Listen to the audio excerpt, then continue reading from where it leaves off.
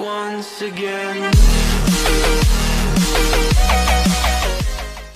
Again. Virat, there he is. Send it again. Virat, come on. That's the problem. He's got that many followers. There he is. Okay. Bang.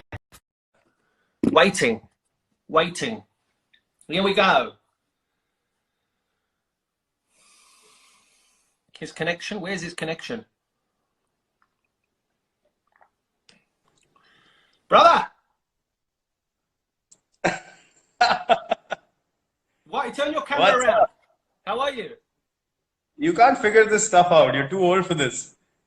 Mate, let me tell you, technology, when you've got 54 million followers, is a bit of an issue. I was scoping, there was this 11,000, 12,000. I was going, oh, get out! What's happening? How are you? I'm good, buddy. What? Jesus. Just tilt the camera up a bit. No. I want to see the top bit. Your missus has been cutting your hair. Oh, my goodness. Are you happy with it? Look at that. Looks sharp. It's beautiful. What's that?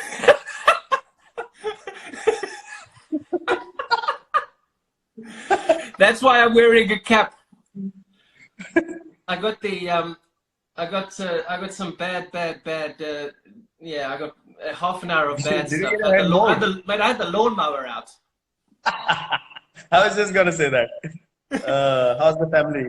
We're good, buddy. We're good. Where are you? Are you Mumbai or where are you? Yeah, we're at home. Just trying to get through, man. It's been difficult. It's been intense, all over the world. It's been quite tough. What's been happening in the UK? What's the situation like now?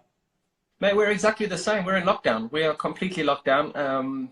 I've not been up to much. We've got 2 kids running around, but luckily we don't live in the city, so we're not stuck in an apartment like a lot of people.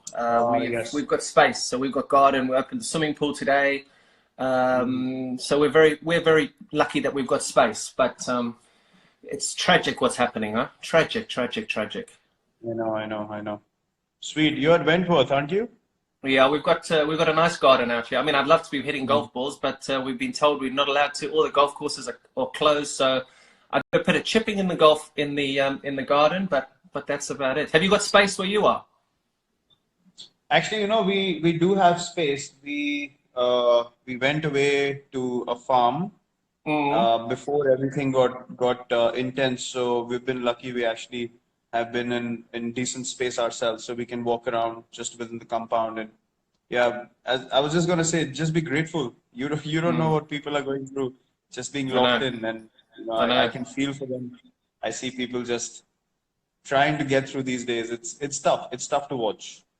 But I mean, in terms of you and in terms of your missus, you're obviously incredibly high profile, and you would be on the road now. I mean, I'd be in India now commentating and being on an airplane every day, going from ground to ground. How nice is it though, from a family's perspective, to be able to spend good amount? I suppose I should ask your missus. I shouldn't be asking you this. To be spending time with each other all day, every day.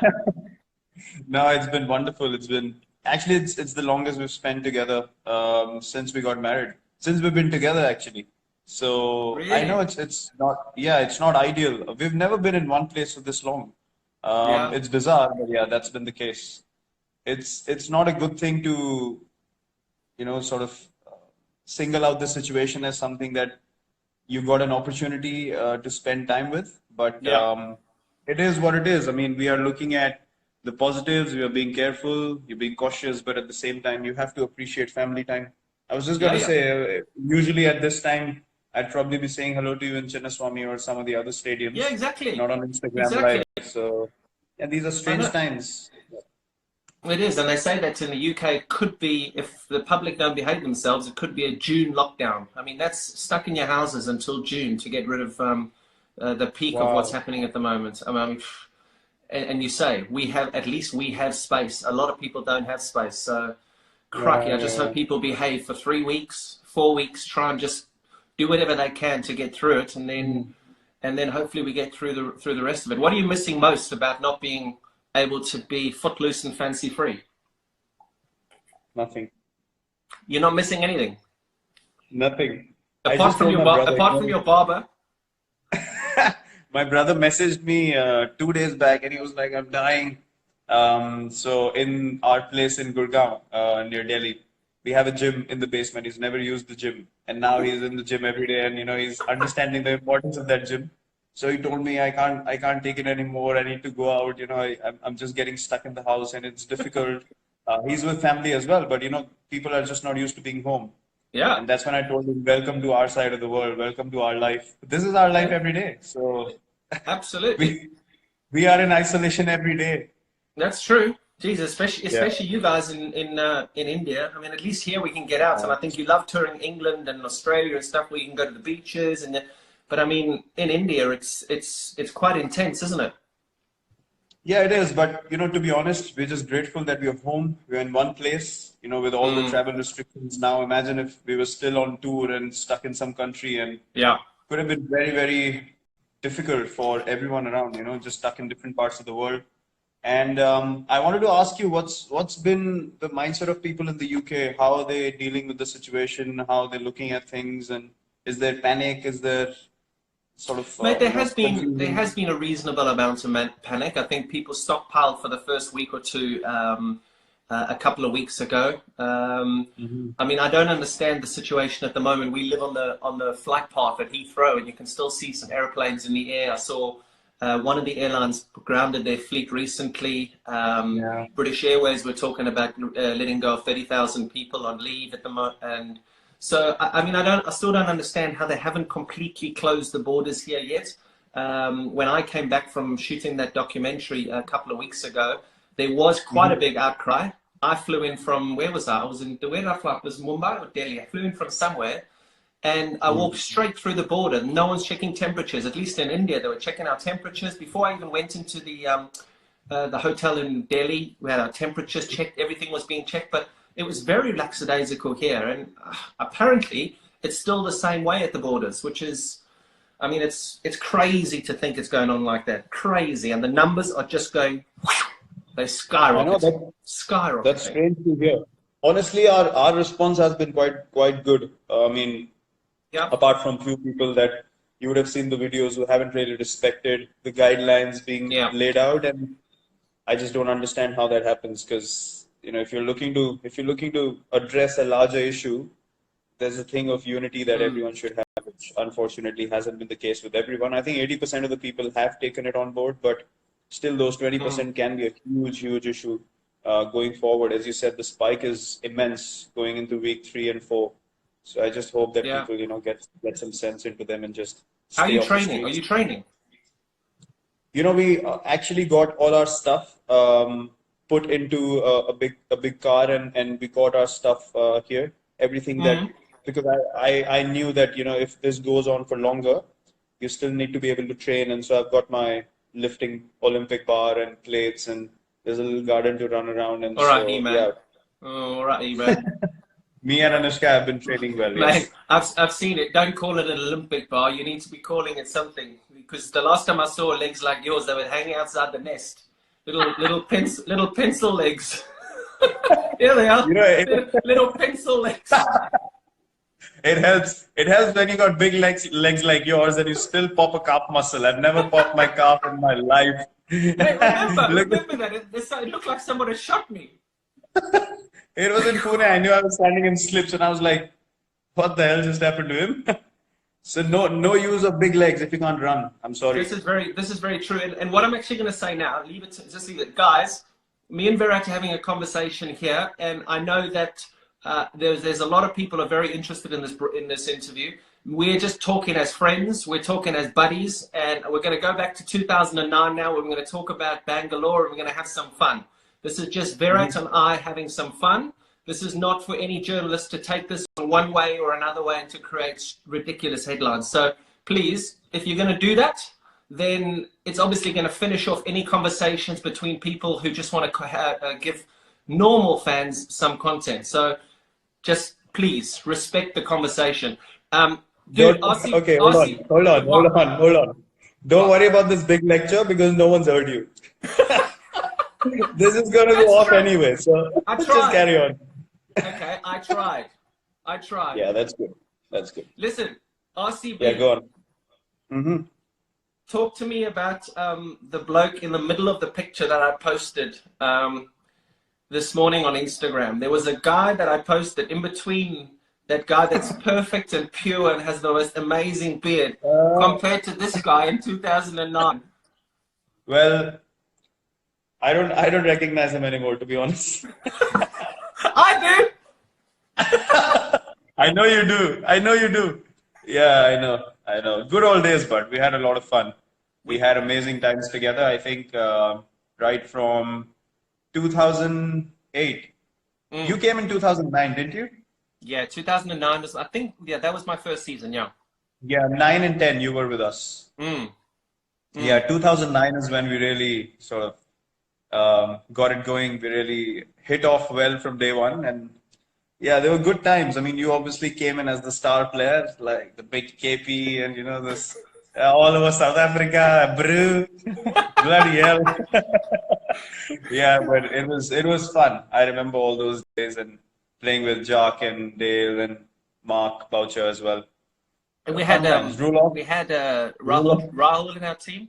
We had Yeah. Kumble Anil in the Kumble, team. Rahul Dravid, Robin. Dale Steyn. We had a gun team. Yeah. Manish came on board. Manish Pandey got a century in that season. Remember, he got a century there at Centurion Park. Yep. You What know were you what's the learning? most? Do you remember Jesse Ryder and Ruloff Vandermeer? I forgot about those two. Jeez. You We cannot won't tell the forget story about both of Ruloff. them in that season. They were the highlight of that whole season. How can you forget both of them? That's true. They were bad news. They were bad news together. Justice. That were that Ruloff won him over. You gave him anything that looked like a bottle of wine, and he just turned into somebody who was. Oh my goodness.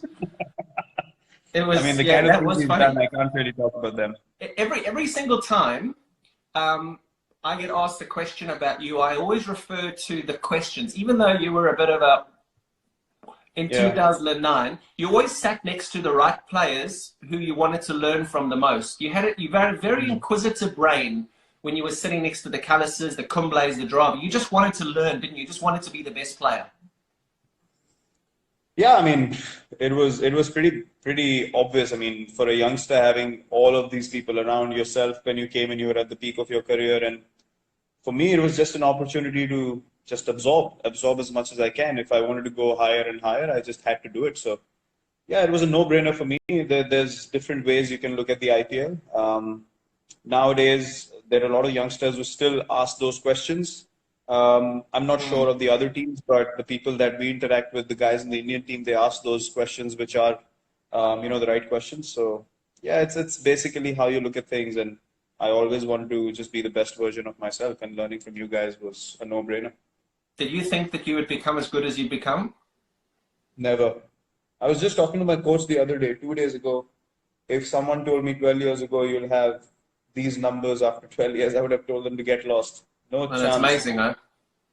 I mean, just God's been kind. If your mind's in the right place, if you're thinking about the right thing, you have the right kind of vision, and to keep following regardless of all the noise around you, the results follow. If you look at the numbers and keep striving for the numbers, then the numbers go down, the career goes down, everything is lost.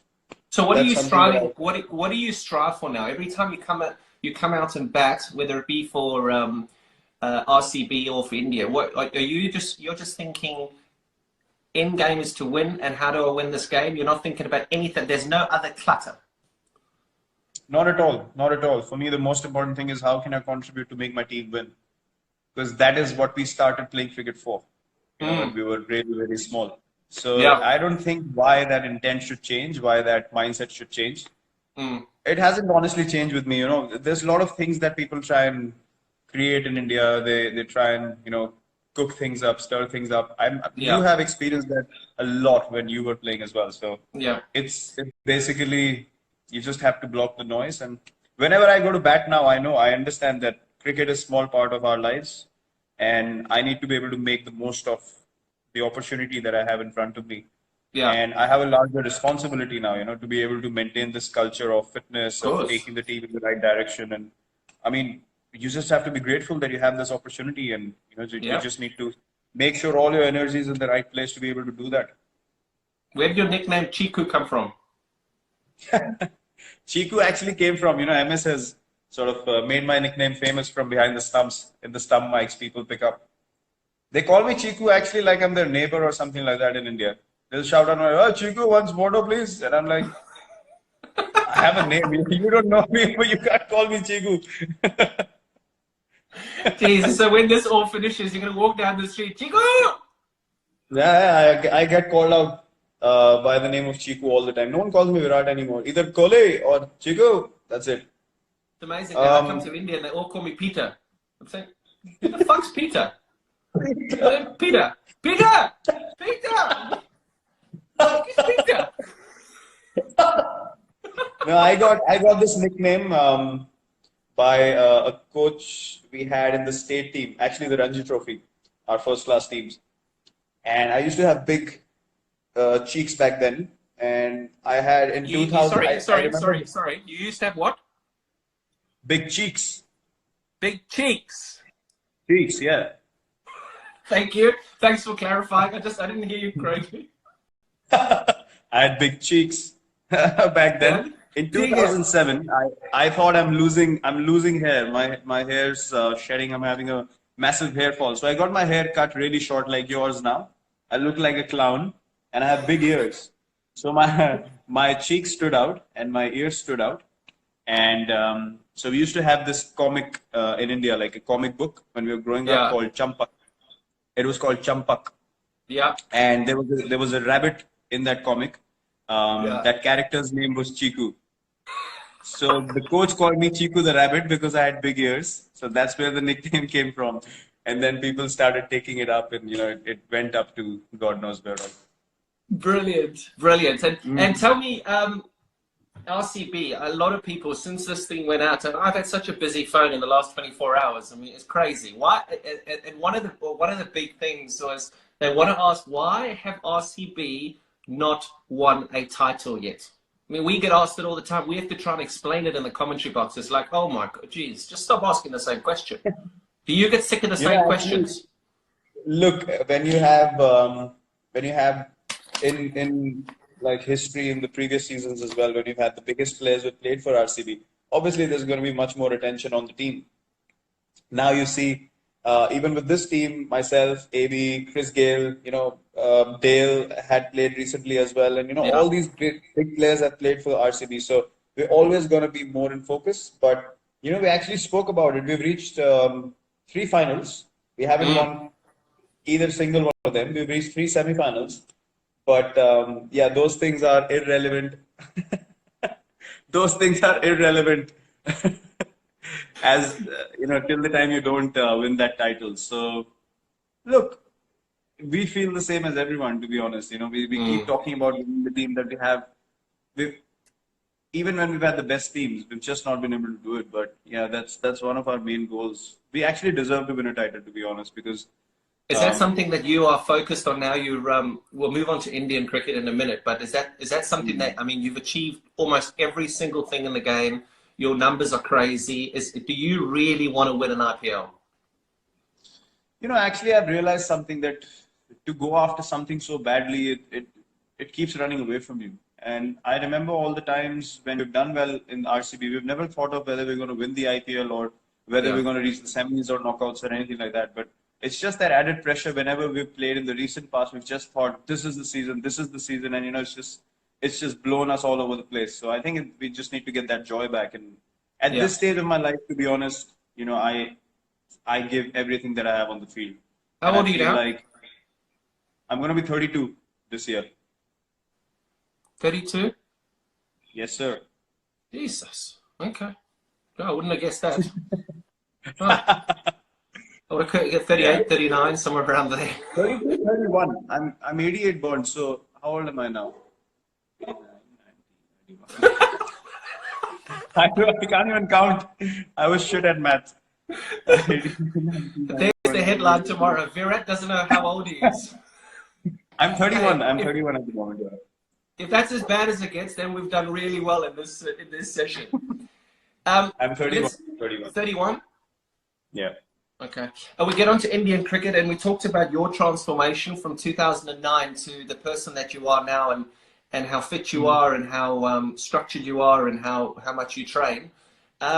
Was that something that you desperately wanted to bring to Indian cricket? I remember playing against India from when my first time I played against India was 2006. We toured India after that 2005 Ashes, and there was Mhm. Tendulkar, Laxman, Dravid, Kumble, Harbhajan, Ajit Agarkar, Zahir Khan, Virat. Ashish Nehra. All these guys were playing, and I mean, you'd hit it to extra cover and you'd run four. Yes, no problem. You just run four. Whereas now, the team that you've got, you hit it to extra cover, you don't even think about running. Is that something that you've been so focused on and dedicated to bring into Indian cricket, that strive to make sure that in the field, we're the best? Look, uh, I started playing in 2008. I saw 2009, 10, 11 is when we won the World Cup. When you played that shit shot and we drew the game in Bangalore. 11 is Thanks. when I got 11 is when I got you out stumped down the leg side without Hey, bowling a we're legitimate. going to get there. We're going to get there. Just talk about you. Okay. So I saw 2009, 10, 11. These were my regular years with India. And then 12, that England tour when we came to England 2011. Yeah, We lost badly there. yeah, you did. You got 2012, whacked. yeah, 2012 Australia tour was a difficult one as well. So I thought, there's always a natural transition that happens in every team. And I was lucky that I was in the center of that transition when it was happening. And I got the opportunity to see both sides of things, like what we were lacking as a side and what the world was catching up on, and they were becoming far more superior compared to us. So the plan was clear. I mean, when the next lot of players come in, this is the direction we're going to go in. And to be honest, I was lucky that I played with a group of players who were driven, similar age group, and together from number 7 or 8 in the world in Test cricket. For 3 years now, we've been number one. So it's been quite a astonishing journey. It's quite unbelievable to be honest, because we had no experience and we beat everyone, most places. We competed Mm. everywhere we went in the world, and it's just that to be able to come to the top of world cricket again has been a great journey. But then again, it gave us a vision, a goal to achieve, and all our focus was towards that. And with the Mm. IPL, you see a lot of teams that come to India now, and they're a lot more competitive. I remember we came to India and actually Yep, beat yep, India in yep. 2011, True, 2012, and that's because a true, lot of us actually feel at home in India as foreigners. true. India have an issue traveling abroad. They have a real issue traveling abroad. What do you think the biggest issue for you guys is traveling abroad? I'm Look, talking results.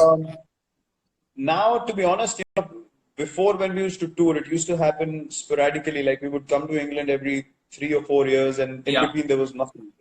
But India, you guys would come every year for the IPL and get used to the conditions and so on and so forth. But now, when there's so much cricket happening, we don't feel any conditions are alien, to be honest.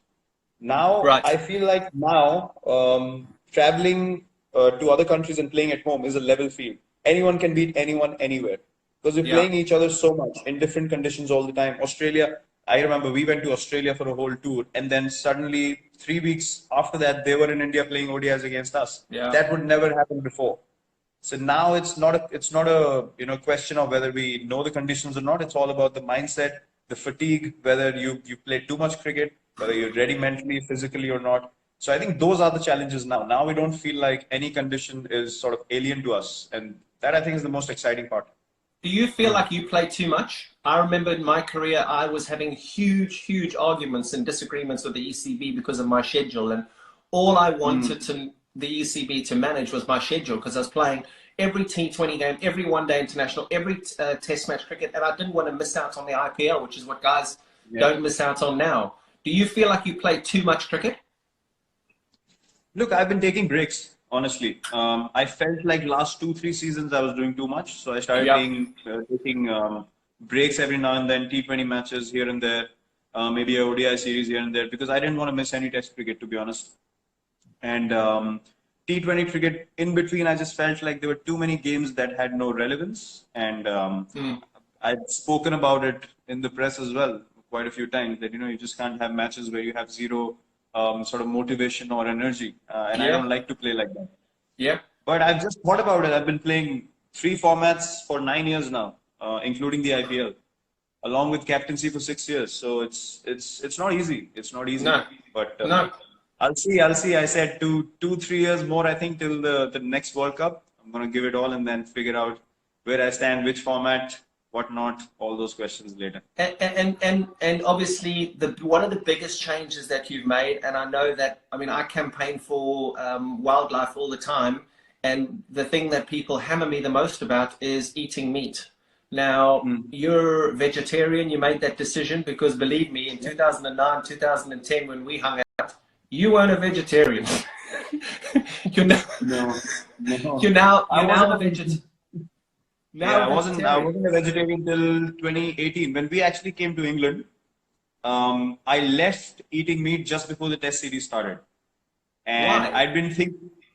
I'd been thinking about it. I'll tell you the real reason. I mean, people use different kinds of reasons and they try and figure out themselves. So in 2018, when we went to South Africa, I got a cervical spine issue while playing a Test match You got at what? Centurion. A cervical spine issue. One of the discs in my cervical spine, they bulged out and it compressed a nerve which was running straight till the little finger of my right hand. So it gave me a tingling sensation. I could barely feel my little finger on the right hand. Wow. I couldn't sleep at night. Yeah, it was hurting like mad. I couldn't sleep at night. And then I got my test done, and my stomach was too acidic. So my body was creating too much uric acid. My body was too acidic. So what Wow. was happening was, even though I was taking calcium, magnesium, everything, one tablet was not sufficient for my body to function properly. So my stomach started pulling calcium from my bones, and my bones got weaker. And that's why I got this issue. So that's Wow. why I stopped eating meat completely in the middle of the England tour to cut down that uric acid and the acidity in my body. And then I've never felt better in my life, to be honest. I felt amazing. It's almost been 2 years now, and it's the best decision I've taken in my life. Really? It's amazing. I mean, It's you look, been unbelievable. yeah, you look amazing. And I mean, I've tried that now. So I've seen all this and I watched that film, that Game Changers or whatever, that film. Yeah, I think yeah. you were part of that film. And I mean, I have vegetarian days. Jess and I have vegetarian days at home. And you do feel so light. You feel amazing, don't you? Yeah, amazing. I mean, I've never felt better waking up. I've Yeah. never felt better when I have to recover after a game. I mean, if you make me play 3 games a week, which are intense, I'm at it 120% every game. I can recover within a day after a test match and go on another test match. It's so much better than being on meat. Being vegetarian now made me feel, honestly, I felt like, why didn't I do it before? I should have done it two, Yeah. 3 years earlier, to Yeah. be honest. It's completely changed everything. You start feeling better, you start thinking better, your body's lighter, you're more positive, you have more energy to do more. So yes, overall it's just been an amazing, amazing change. Are you guys doing it as well? Thank goodness I don't have to play 3 games a week, because there's no way in this world a South African can go without meat, dude. I do it for maybe 1 day or 2 days a week. If I'm feeling really generous, I'll give it 2 days. But there's no ways. I just can't do it. I mean, I got a beautiful barbecue out here. I mean, as much as I would love to, as much as you're trying to sell a great story, it just. I mean, and I do feel great. And that movie, mate, that Game Changers film that I watched, it really does paint a really good picture. But I just couldn't do it, mate. Couldn't do it. No way. Yeah, But I mean, but you talk about that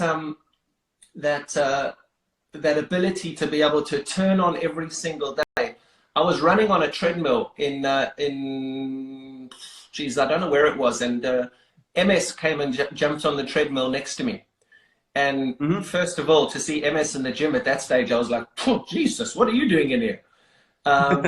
And we started talking about you and started talking about your leadership. It was at the time that he was just starting to finish in that. And he said one of the things that he said that would interest him would be whether or not you would be able to maintain that energy on the field, that excitement on the field, that aggressive leadership on the field. And I said to him, I said, Jesus, I said, surely you cannot love cricket that much that you want to just start swinging punches every time you walk out onto the field. and you've done it. Why is it because of your diet, or is it because of what's in your in between your ears? Not that there's much there. What is it? Yeah, there's a bit of crazy up here as well. I wouldn't deny it. I know. But look, as I said, I mean, I know, and you can ask MS that as well. When I played under MS, I was in his ears every over. Maybe we can do this. Maybe we can do that. If there was a time where you had to field on the boundary, I would run from long on to long on. I wanted to be in the right place at the right time. Even now, even if I'm captain or not, I don't think standing on the field I need to behave myself because I'm captain. I need to be able to enjoy the game first and think about strategy and all that later, because that is who I am. So I cannot play any other way. I will give 120% every ball. And I made a promise to myself, the day I stop feeling like I can do it, I'll stop playing.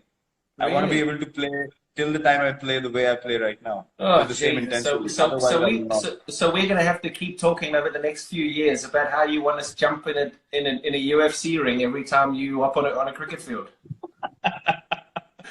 I just like to get it going. I was going to swear a little bit, but I'll stop. That's what my teammates and bowlers say as well. They say, you celebrate more than us when we take a wicket. I mean, I said, I can't control myself. It's a good thing. It's a good thing, yeah. I spoke to Rogan last week. And we were talking about sledging, and we were talking about aggression on the field. And he said, well, we do have a fairly aggressive leader. And I just started pissing myself. I was like, oh, yes, just a very... I mean, that helps. Huh? Yeah, that surely helps. Anyone who's feeling a bit, whether I should say something or not, they just need to look at me and say, no problems, go for it. But clearly you love the dudes off the field, and you just get into that. It's called white line fever, isn't it? Where you get over that white line, and I know there's millions of people who are going to watch this and are seeing this. You just have the white line fever where you will just do anything within the rules to win the game for India. It's simple. Yep, absolutely. And look, I've known you for a lot of years now. And, people say, I've experienced something very strongly. When people don't know you, they have a very, very different picture of you that they paint in their heads. And I have no problems in people thinking that the person might be like this.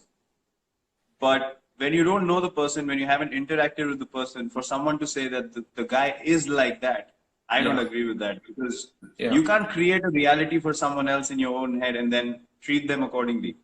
Okay. I never do that. I would meet people. I would get to know you, even though I see your body language on the field and I feel like, oh, that doesn't seem really nice. But if you meet me outside the field and we got along, I got along with Bouch. There were different views about Bouch as well. I got along with him amazingly well, with you as well. So it's about accepting people the way they are, and I think that's important.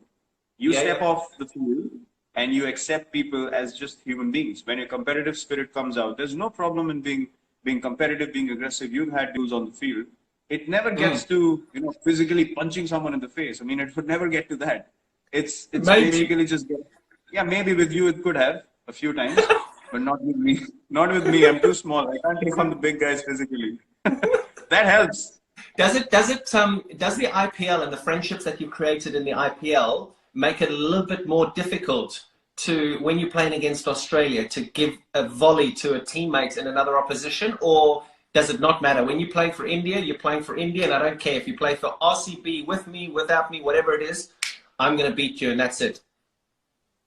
Look, IPL has definitely made things much better when it comes to respecting people, especially when you get to know someone. You don't feel internally. I mean, I played against AB. Never in my dreams would I think of sledging AB. It just wouldn't come to me naturally. Yeah. I would just say, okay, if an opportunity comes to me, I'm trying to take that opportunity with both my hands any day of the week. I want to get him out, but I wouldn't get into his face in a way that, it can spoil our friendship, our relationship, because you understand at the end of the day, those things last you longer in life.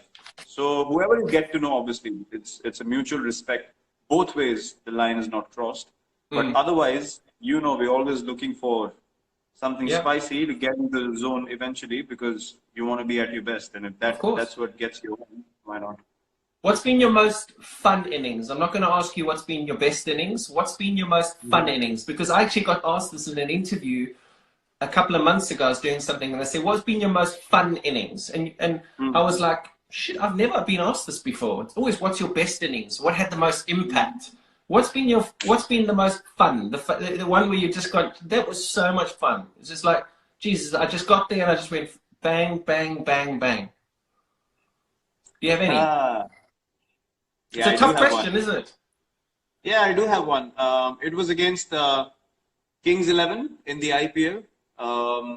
It was, I think, a 14 over game or 15 over game, and I got 112 overs. I remember. And yeah, so that was one of the days where I felt like, geez, I'm just connecting everything, and you just felt like you couldn't get out. And I've never felt like that before. Just to be able to hit every ball and not have that fear of getting out, it was amazing. So that has been my most fun innings. What about you? And talking, mate, it was such a long time ago. Huh? Do you remember? No, I'm sure you don't remember any of your innings after I got you out. I was going to talk about your bowling there, but the one before I get to your beautiful length that you used to bowl and that very very very traditional action. Excellent. What you talk about fear, and there'll be a lot of youngsters watching this, and people say, "Oh, play without fear. Don't worry about the consequences." For youngsters watching this, in your position, walking out to bat. Now, you're lucky. You've made it in the game. You're the best that's playing at the moment. Your numbers are fantastic. At the start of your career, or in the middle of your career, even now, what's been your lowest? The lowest you've been? What's the lowest you've been in your career? I think the lowest point in my career was the England tour in 2014, where that's one phase where I felt like, when as a batsman, you're going to get out in the morning when you wake up. That was the time I felt like that there's no chance I'm getting runs. Really? And yeah, to be able and still to get out of bed and just get dressed for the game and to go out there to go through that knowing that you will fail was something that just ate me up. It just demolished me completely. And I promised myself I'm never going to allow myself to feel like that ever again in life. But that was the lowest point and that happened for all the younger guys listening to think right in the game. That happened because I was too focused on doing well from a personal point of view. I wanted to get run. I could never think of what does the team want me to do in this situation. I just got too engulfed with England tour. If I perform here, Test cricket, in my mind, I'm going to feel established and all that crap on the outside, which was not important at all. It just ate me up. I just kept going into a downward spiral, and I just couldn't get out of it. Horrible. And technique-wise, is it all about just making sure that you prepare well? I talk about training well, making sure that the day before you don't leave any stone unturned, so that whatever happens in the bright lights just happens, but you've got to be able to practice well. Is that right? Yeah, that's true. But, when you're playing so many games now, and me and AB have spoken about this quite a bit, we don't come to every session and we don't bat for long periods anymore. So if I have 2 sessions of batting and I go to the first one and the first one's precise, I would take the next day off, relax, make sure I'm physically right and good to go 120%. I would not go to the ground just for the sake of it. If I'm not getting anything out of that practice session, I will not go to the stadium anymore. So that's obviously a gradual change, but at the start of my career, I wanted to learn, I wanted to see as much as I could. I wanted to observe other people, and that was a different kind of preparation back then. But now it's become sort of different. And I think technique also, it's everything's mental. I mean, you've played in a time where you were walking and hitting fast bowlers. Coaches don't teach you that. So it's innovation, it's staying ahead of the opponent, it's thinking one step ahead of the opponent. And these things, if you're aware, if you're thinking about how to win the game for your team, these things come to you. If you're too personal in your approach, you're too self-centered, you're thinking only about yourself, then you're just looking for ways to get out eventually. Because people are going to find you out. You're not getting out of your comfort zone because you don't want to fail. So this is a gradual sort of transition that happens over the years. But as a youngster, I was at every practice session. I was in there. I just wanted to be watching people, observing, asking questions. Asking questions. I think conversations are the most important thing for any cricketer. Yeah, you say I used to run it batters, and they don't coach that. They also don't coach the switch hit, something that you can't do. So at least there's something I can do that you can't do. Yeah, I know. And something that you will never be able to do, and I did, which was to get you out. That's where we're moving on to now. I want to tell every single person watching this that I mean, I would love to show you our WhatsApps. He's mentioned about 75,000 times in the last 3 or 4 days since we said we'd do this interview. When can I talk about how I got you out? When can I? And I can't remember. You can't remember? I don't know exactly. I think it was Southampton T20, if I'm not wrong. Stump down the next side.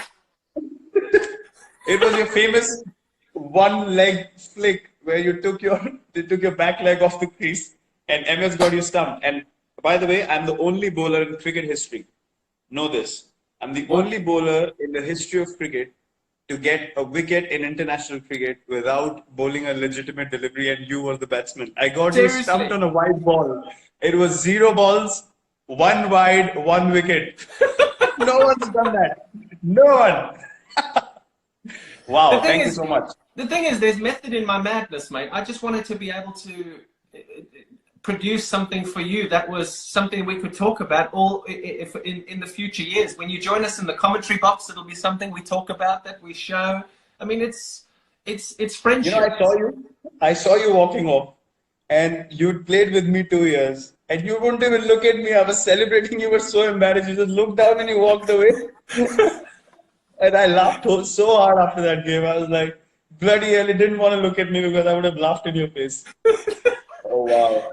I think I might have broken a bat there, actually, because I just thought, Jesus, I can just see this coming. Forever, he's going to abuse me. Forever. And it's still happening. And that was, what, 9 years ago? Prick. The thing is, as well, it's MS too. So, I mean, I was having some fun with commentary with MS a few years ago. And, Jesus, he never got me out. So there's a lot of people who'll be watching this too that always say, "Oh, you're MS Dhoni's first Test wicket." I referred it, and it was not out. Remember? Yeah. And they were, "I'm your first Test wicket. I'm your first." He even fucking said it on commentary when I was interviewing. Look, the thing is, MS has a point because it came up on the stump mics, but nothing came up on the hotspot. So he has a point. Bullshit. Don't you start backing him. Yours was out. You got me out. He never got me out. Mine was legitimate. You can never question that. Yes. You didn't even look to go back. You just walked off.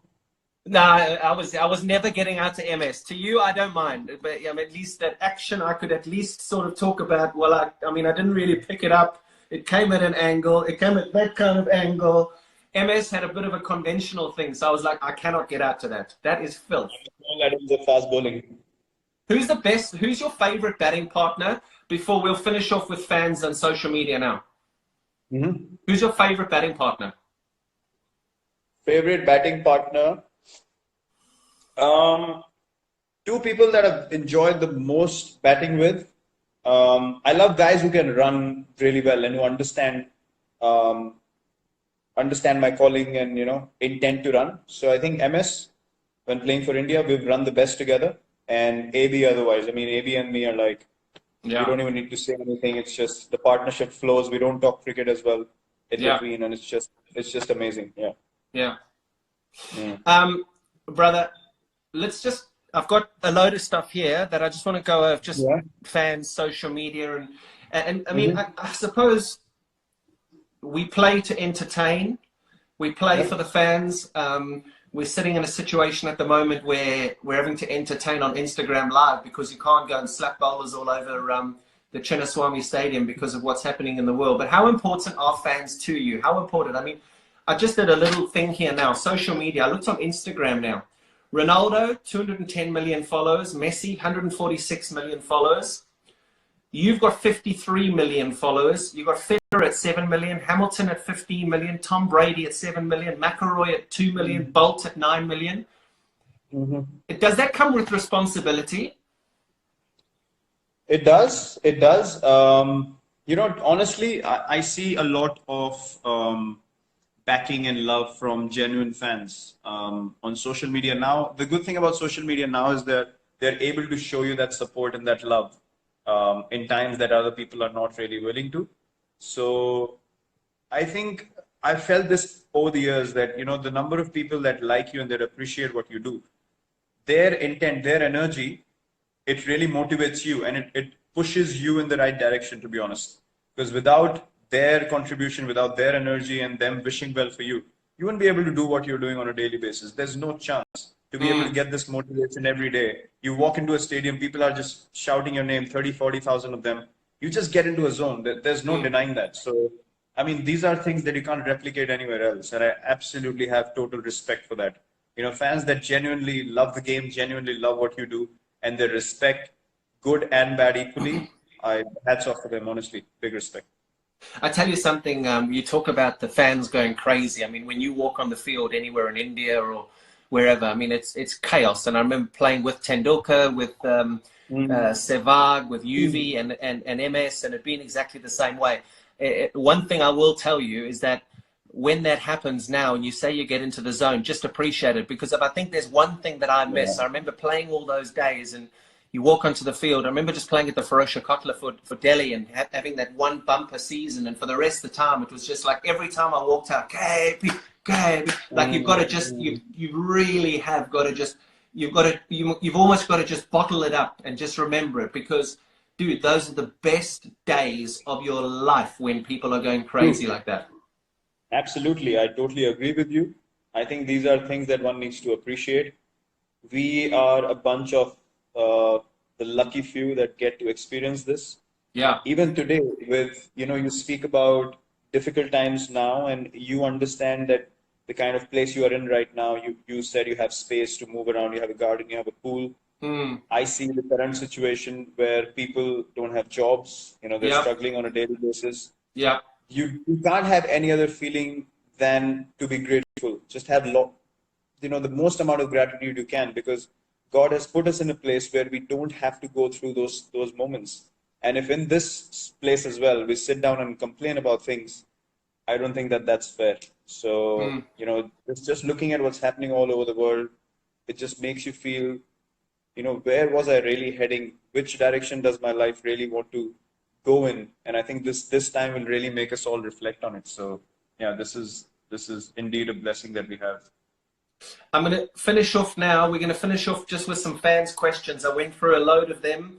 There's about 5 or 6 here, and then I just want one other thing, and then you're done and dusted. You can go back to sweeping the floor and mopping your bathroom.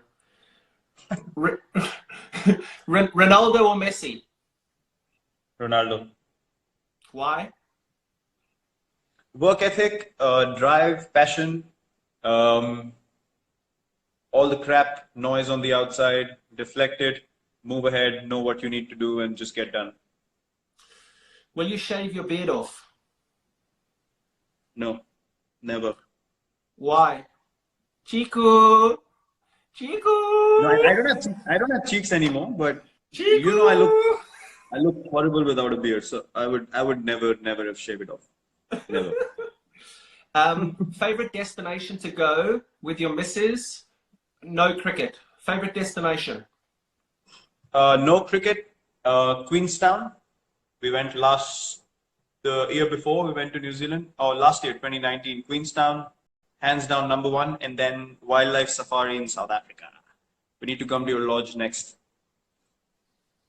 Yeah, well, let's hope we get some time. It's crazy there. I mean, it's amazing that whole tourism industry, the whole travel industry. I mean, there in Kaziranga, where I was a couple of weeks ago, that's completely shut down for tourism. And then South Africa is completely shut for tourism. And goodness, I got so many of my mates there now. I mean, we've had to close our lodge. We're looking after our staff and making sure that they've got 100% pay because they are just amazing. But geez, it's a sad situation. But you'll do that. You guys will get out there for sure. Favorite cricketing memory? Actually, coincidentally, you just called me on the day that we won the World Cup, so that has to be the favorite cricketing memory for me. Was that 2011? Yeah, today. Really? Okay. What a day to call, KB! I'll only like this one if you answer it the right way. Now be very careful how you answer this, because this could end badly for you. Your favorite commentator? My favorite commentator is, it's easy.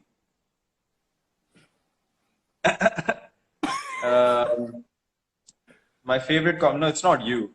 Come on. My favorite commentator is Nasser. Okay, me. That's perfect. Too long to answer the question. Thank you, me. That's fine. Perfect.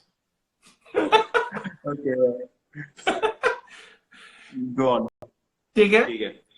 Tiga, go on. Tiga.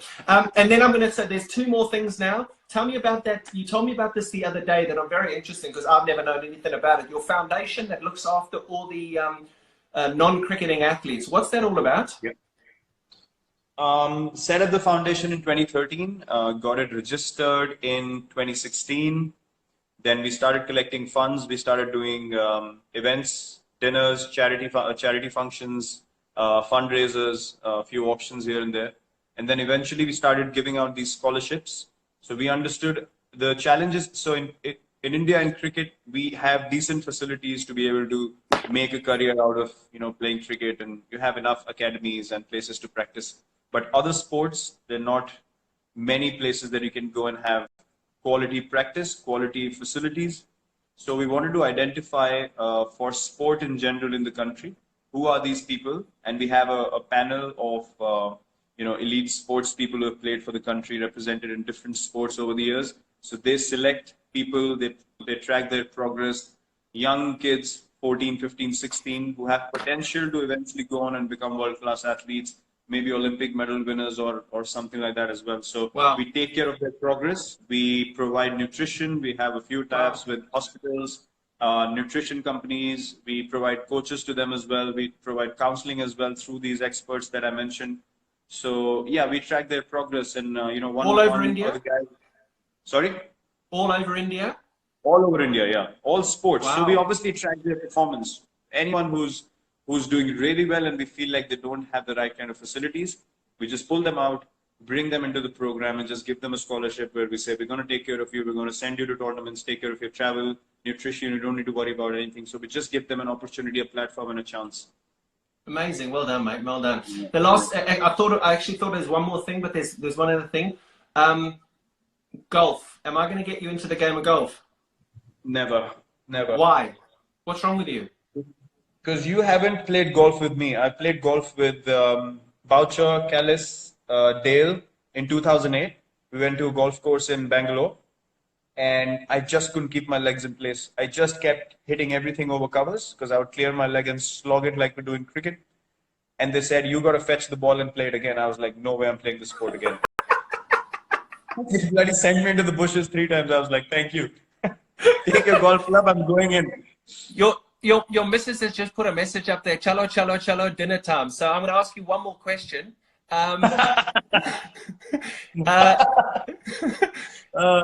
Beautiful. The last one, and I think probably the most important, your favorite form of the game and why? Test cricket, test cricket, test cricket, test cricket, test cricket. 5 times. Amazing. Why, buddy? Yeah.